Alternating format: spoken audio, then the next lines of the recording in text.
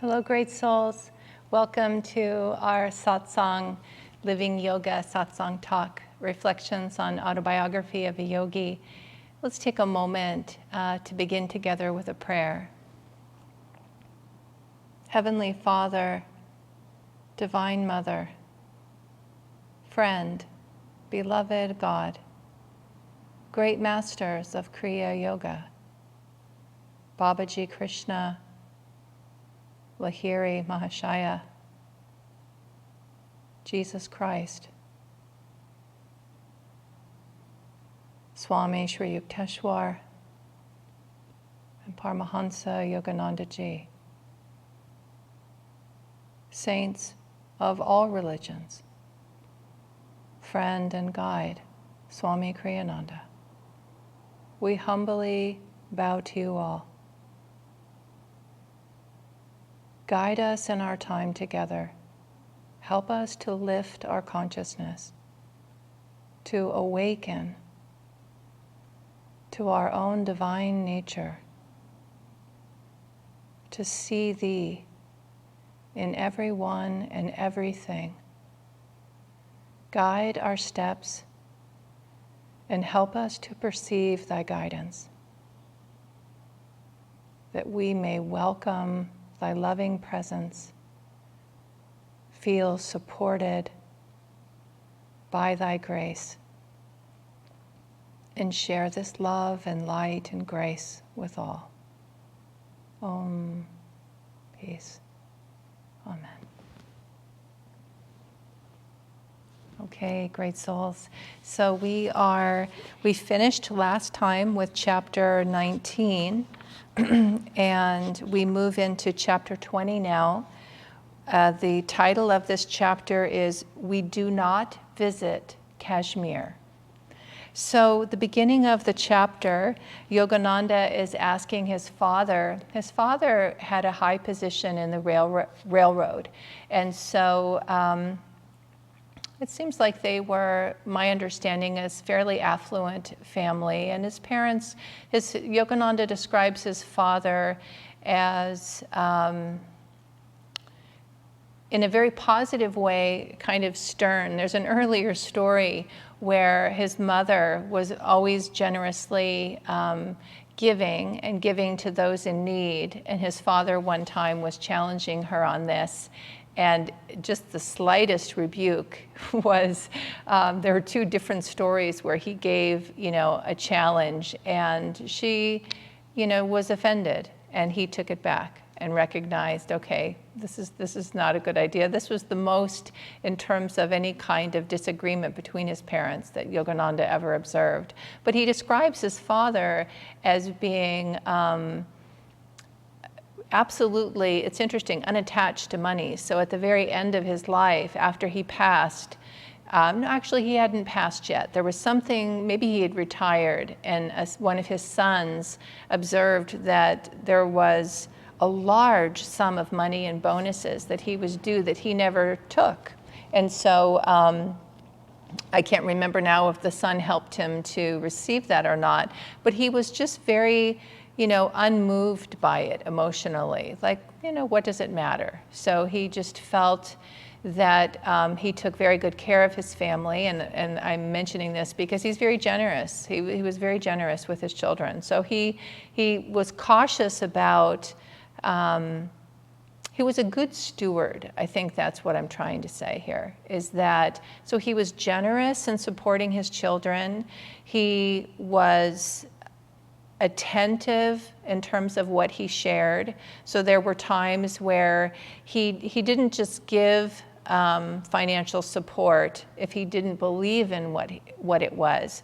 But my sense as I read through the autobiography and hear these different stories, and this is one of them, where obviously he really was generous. So Yogananda is asking him for 6 railway tickets and money to support friends from the Hermitage and also Sri Yukteswar going to Kashmir. And his father is, chuckles and laughs at him a bit and says, haven't you tried this 2 previous summers to no avail. And Yogananda is very determined. He said, yes, but this summer we will go. You know, the title is We Do Not Go. We do not visit Kashmir. So you have a sense of what may unfold here in this chapter. So his father, again, kind of I guess I would say that the quality is one of playfulness, a little saying, well, he said, I don't really think, he literally said, I don't think we need to back up your conviction with practical realities such as tickets and money, but very well, I will. So he did. He gave him the tickets and gave him money so that he could take his friends from the ashram and Sri Yukteswar to Kashmir. So then he goes on to say, he asks Sri Yukteswar, you know, so this is what his father had said to him. I hardly think your theoretical trip needs such practical props, he remarked, but here they are. So that afternoon, this is Yogananda, I exhibited my booty to Sri Yukteswar. Though he smiled at my enthusiasm, his words were non-committal. And Sri Yukteswar said to him, I would like to go. We shall see. I love that statement.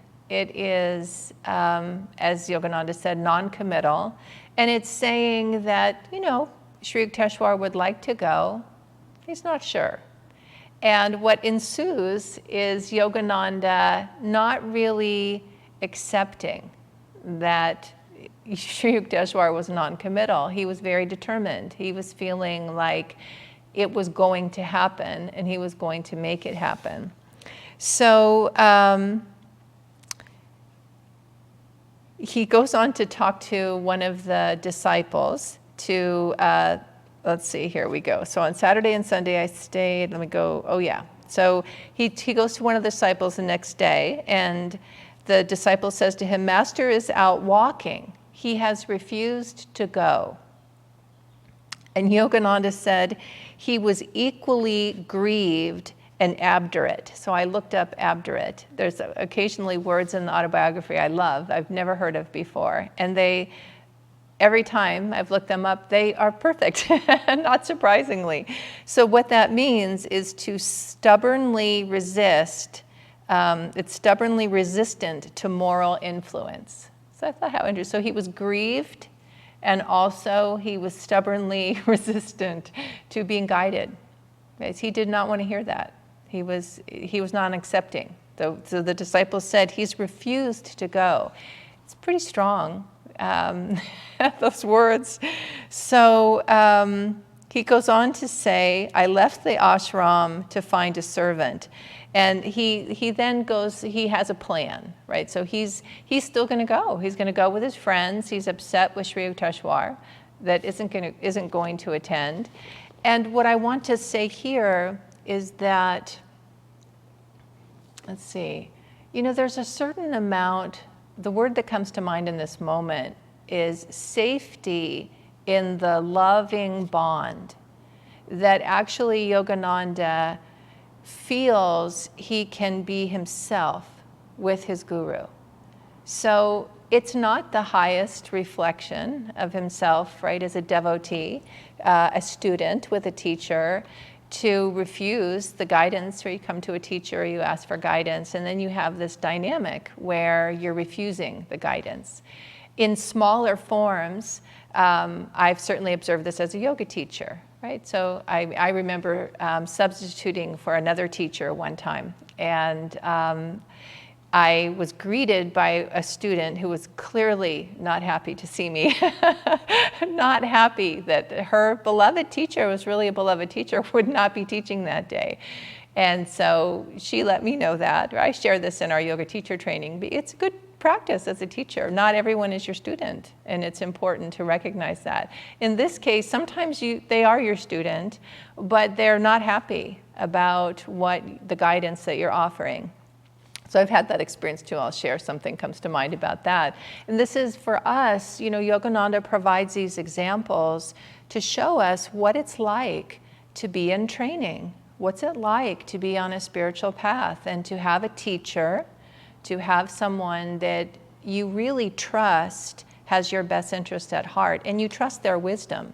So there's a whole lot that is understood in a teacher-student relationship, both on the teacher side and on the student side. And one of my favorite quotes about teaching is that good teachers are always lifetime students. So that's another aspect, is to always be a student. I find that very helpful. I am a student with these teachings and with teachers in my life, and it's helpful for me for my own journey, but it's helpful for me as a teacher to just recognize what Yogananda is sharing here. Sometimes we receive guidance. Now that guidance can be inner guidance. On the path of yoga, we're taught to practice intuition, divine understanding from within. Yogananda called that the voice of God within us, intuition. He said we can perceive it in our heart center. So one of the practices is to lift awareness here, to send a thought. He called it broadcasting. Broadcast your thought into the ether, send a prayer out, a request, and then listen quietly. This is a practice in meditation. At the beginning of meditation, if there's something you're trying to discern in your life, you ask that, visualize the thought, the energy here, send the thought out, and then let go of it. Try to go into a practice of meditation to bring yourself to a place of inner stillness and stability and an open, receptive heart and consciousness. And then we can perceive, and sometimes oftentimes very subtly, the guidance comes. Well, this is a case throughout the chapter where the guidance was there, but it was also subtle. So it wasn't obvious. I mean, you can look back on it, as Yogananda does, and see it, but it's subtle enough. The teachers, and this is a divine law, and a divine law that's taught in yoga, God does not impose, God invites. So it's really dependent upon our receptivity to be guided. Swami Kriyananda one time, after an exchange with a student who was not receptive, Asha had been there, he said to Asha, because the student was saying, well, Master will guide me, Yogananda will guide me, and Swami's comment to Asha is, why would Yogananda do that when this student is not receptive to him? So the masters, they won't do that, right? God doesn't impose on us. So here's an experience where Yogananda is not wanting to receive this guidance, and he's pushing against it. He's determined. And Sri Yukteswar lets him. He lets him. He tries to help him by saying, so then he leaves and he's going to go ask a servant because he needs someone to help with the luggage.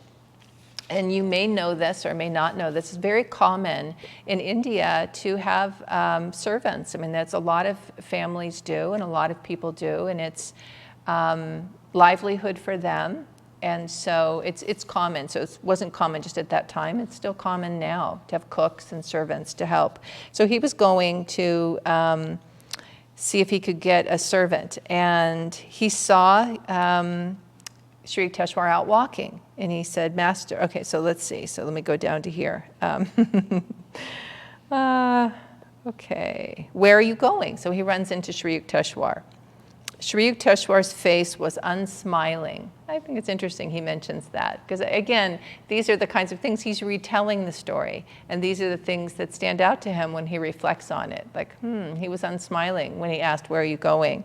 Sir, I hear that you and the servant will not take the trip I've been planning, so I'm going to seek this other person. And he tells Sri Yukteswar, you'll recall from last year, he really wanted to go. And Sri Yukteswar said, what did he say to him? He said, I remember. He said, yes, I do remember that. Nevertheless, I don't think he will be going. And Yogananda says, I was exasperated. So I just appreciate he was very emotional. That's what he's really sharing. Right? He was emotional.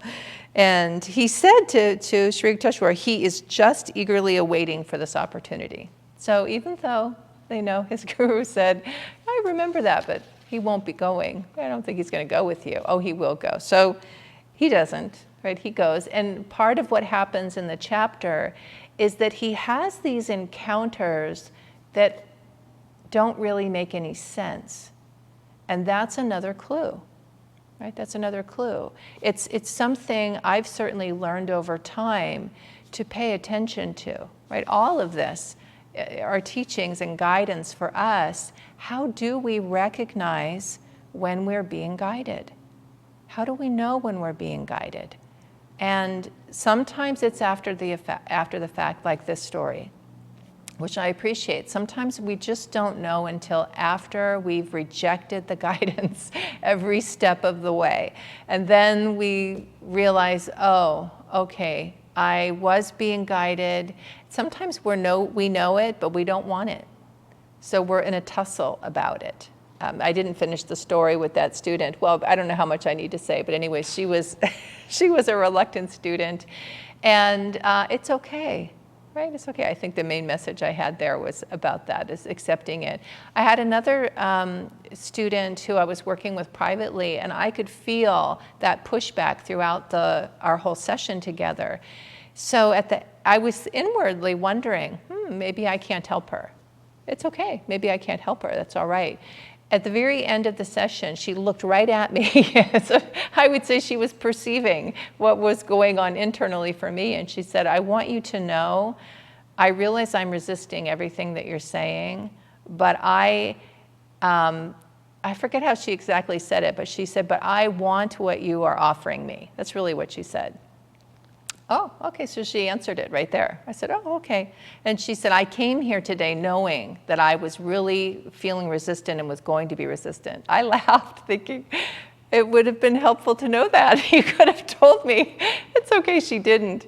But you know, the other thing I observed is what I was saying about Yogananda. He felt safe. And I know for myself, sometimes I've needed to have that experience of pushing against authority, of pushing against a rule, pushing against something that is there, and to feel unjudged in that pushback, to feel that I've not injured or risked the love at all. There's no risk in it. It won't go away, right? This is very powerful dynamic that Sri Yukteswar was offering support through subtle guidance. Now also, what Yogananda realized, he's saying at the end of the chapter, is that Sri Yukteswar was actually working with the consciousness, gurus can, working with the consciousness of others to make sure that all the things Yogananda tried to do didn't happen. They just didn't happen. It made no sense to him, right? And they don't make any sense. He has these encounters. Someone seems positive. Someone sneaks away. He asks a question. They disappear. Where did they go? He goes, talks to an uncle for help who's so like generous, and then suddenly has this very strange reaction. And at that point, Yogananda's feeling like, he's starting to get it. Like maybe Sri Yukteswar is actually preventing it. It's not just that he's not going, but he's making it impossible. He doesn't make it impossible. He just keeps slowing it all down. He keeps slowing the whole process down. So eventually we get to a point where Yogananda has a moment of recognizing, and he feels badly about it. You know, wow, I've been pushing back on you. And I feel like that's what was happening with my student that day. Actually, at the end of the session, some part of her wanted to apologize. Just say, I'm sorry, I recognize I've been resistant to everything you've offered.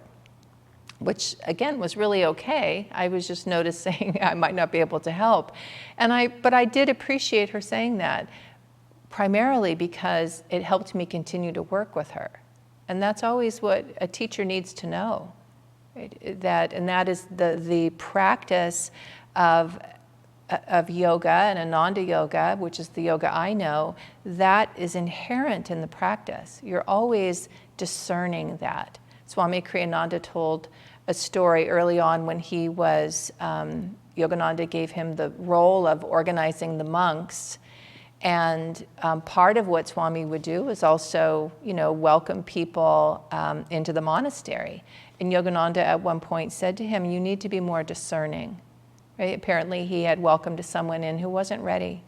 He says it's not a good idea to have someone come in when they aren't really ready to step onto the path in this way, right? Monastic vow. Like They're not ready for it. And so you need to be, as a teacher, you need to be more discerning. And I've always been so appreciative of that guidance that I observe in my teachers. Right? I observe them paying attention to my receptivity. Okay, I just do. I watch it. So I recognize it, and I want to be receptive. Right? Years ago, some of you know, I have a background in 12-step recovery. And I remember with my mentor, I had a mentor for many, many years, the same mentor, and then she passed away. I remember very vividly, one day I had my own little experience of this with her. I did not want what she was saying, and she just offered it. I knew she was offering me guidance. I did not want that guidance. Okay, very well. And then how she got me to be receptive was she asked me, honestly, what do you think the consequences are of making a mistake in this way? I was overburdening my schedule. I was doing more because I wanted to. I really felt like I should be able to do it. I was in college and I thought I could. And she was listening to me and was reflecting back. She said, it sounds to me like you're pretty stressed out. You sure it's working? Yes. I know I'm stressed out, but I can get over it. That's what I was saying. Okay, she said. She was washing dishes, listening to me. And then she just said, I remember her back was to me, washing dishes. And she said, I'm not sure. I'm not sure it's, and her concern. So she said, what do you think the risk is? And, that was sobering, literally. And she told me then, the risk is death. That's the risk, right? It's not the same risk for everybody, but you are a recovering alcoholic. So if you get it wrong and you stress yourself out, when I was still new in sobriety, it could be the end. Like that was grave information, and that's all she said. And I was pretty mad about it. So I knew she was right. So I didn't say anything. She didn't say anything more. I think maybe she might have said, it's worth thinking about. That might have been what she said. Yeah, I was mad about it. I didn't say anything. Later, I went and I dropped all those classes that were too much for me. I kept the ones I could do, and it was the right decision. But that bond, just like this bond, was not at risk. I had the room to be upset. Later, I talked to her about it. I said, I was really mad when you told me that. She said, yes, she knew that. And honestly, I've had the joy, the tender joy of a student telling me that. I was very upset with you. Yeah, I saw that. I noticed that. It's not easy to deliver information someone doesn't want. It's not easy. And a lot of times, it's just as in this case with Sri Yukteswar, he's not saying it directly, because very often that's not the best way. Right? My mentor at that time, she was very direct. I've been very direct. But mostly that's not the way. Mostly it's offering ideas, something to consider, because each one of us is learning how to develop our own sense of inner guidance, how to read life, how to understand ourselves, how to recognize what is right for us. Right? I also remember many years later with this same mentor making a decision that was a radical decision in my life and risky, very risky. And I told her about it because I had that practice, right? I want you to know I've made this decision and I understand it's a very risky one. She said, I have absolute confidence in you. Wow. Yeah, I have absolute confidence in you. I'm not concerned. Wow. So she was letting me know, right? You've grown.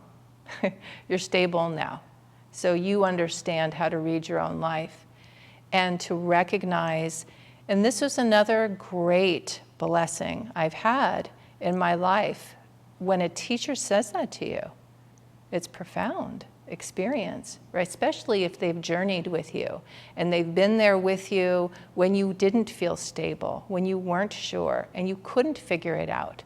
In those earlier days, I wasn't, right? I needed her to help me make decisions that were very hard to make. And just as Yogananda shared, we're going against, right?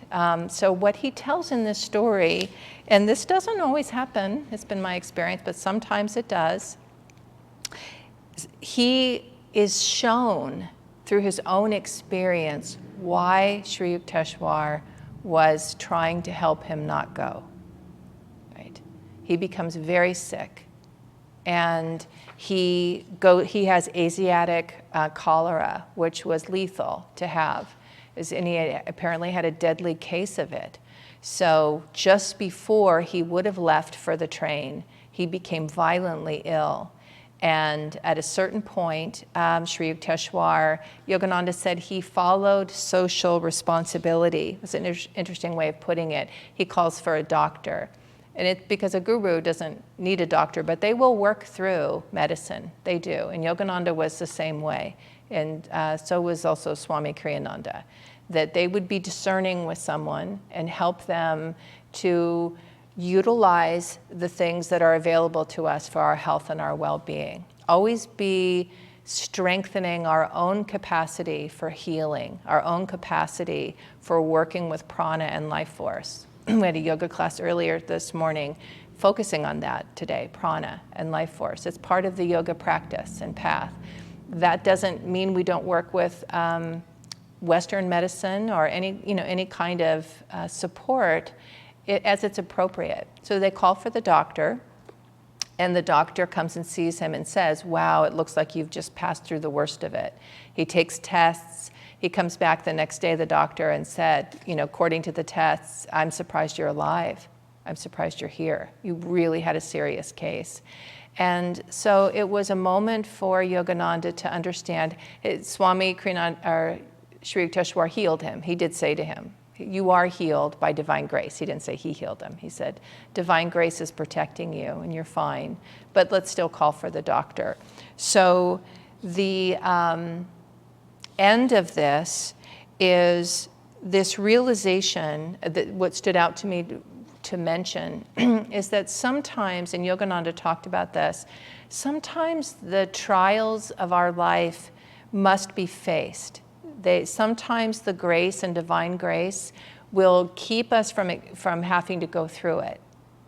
And there are experiences of that where we, and Yogananda, anyways, I know that they're revealed in the book. There are times when we don't have to go through something, and if we listen, it can be prevented. Other times, you still have to go through it.